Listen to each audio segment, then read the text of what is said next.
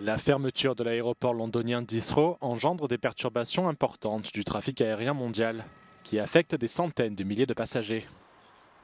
L'aéroport d'Heathrow a été fermé toute la journée de vendredi, après qu'un incendie dans une station électrique voisine a provoqué une panne d'électricité majeure. Plus de 1300 vols ont été interrompus et les perturbations devraient se poursuivre dans les jours à venir. And we had to go to the Air India desk, which was a bit chaotic, but we got there. They changed the flight for 4 days' time on the 24th, at 7 o'clock in the morning. As soon as I went inside to get my boarding pass, they told us that the flight has been cancelled and there's no flight for next 2-3 days. That is what. And they said that there's a fire at the Heathrow airport. Yeah, I think we were one of the last flights that they actually allowed to carry on and then find somewhere else. But yeah, heading to London Heathrow. Yeah, now you're in Amsterdam. We are. Lovely city, but not the city I was choosing to be in today. La police antiterroriste mène l'enquête sur l'incendie, mais les autorités britanniques affirment n'avoir identifié aucun signe d'acte criminel pour le moment. Les responsables de l'aéroport indiquent qu'Heathrow restera fermé jusqu'à vendredi soir à minuit au moins, et appellent les passagers à éviter à tout prix de se rendre à l'aéroport avant sa réouverture.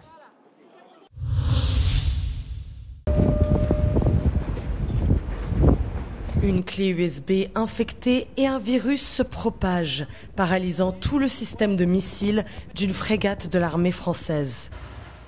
C'est l'un des scénarios auxquels font face ces cybercombattants sur la base navale de Toulon. Pendant 2 semaines, 15 000 militaires de toutes les composantes de l'armée française seront mis à l'épreuve. L'objectif, renforcer les capacités de cyberdéfense en s'inspirant de scénarios réels comme la guerre en Ukraine.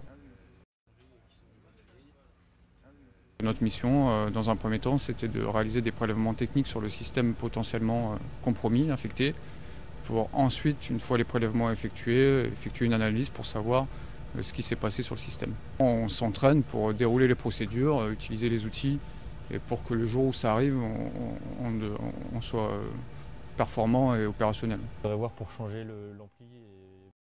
Mais en cas de réel incident, l'armée doit réagir rapidement. En cas de remontée d'une attaque cyber comme c'est simulé dans cet exercice, on va pouvoir vraiment mettre en place les mêmes chaînes fonctionnelles qui sont toutes déroulées dans cet exercice en intégralité, mais cette fois-ci avec une vraie pression opérationnelle qui fait que les gens vont devoir réagir le plus vite possible pour compresser les temps et récupérer au plus vite la disponibilité du système d'armes en question pour qu'on puisse continuer la mission. Face à l'augmentation des menaces cyber, l'armée française prévoit d'augmenter le nombre de cybercombattants de 4 000 à 5 000 spécialistes d'ici 2030. Carla Sofia Gascón sort de son silence et répond aux critiques dont elle a fait l'objet. La star d'Emilia Pérez avait disparu plusieurs semaines après la réapparition de ses anciens tweets qualifiés de racistes. La vedette du film de Jacques Audiard présente à Madrid son autobiographie intitulée Lo queda de mí, ce qu'il reste de moi. Para mí es muy doloroso este libro. De un momento muy difícil en mi vida, en el que, como ahora en esta última etapa, me encontré en una situación muy complicada. Era un momento en el que yo decidí hacer esta transición y todo se derrumbó a mi alrededor, ¿no?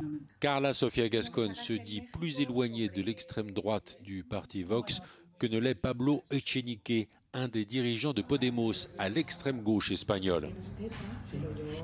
Soy menos racista que Gandhi y menos de Vox que Echenique. Racismo yo lo veo una palabra como vamos, que ha sido una palabra contra lo que yo he luchado toda mi vida. Lo que no tengo respeto enorme es al fanatismo, ni al terrorismo, ni a las barbaridades que se cometen en nombre de dioses o religiones. Carla Sofia Gascón raconte notamment dans son livre les réflexions qui l'ont accompagnée pendant son processus de transition de genre et la proximité qu'elle ressent vis-à-vis des groupes discriminés.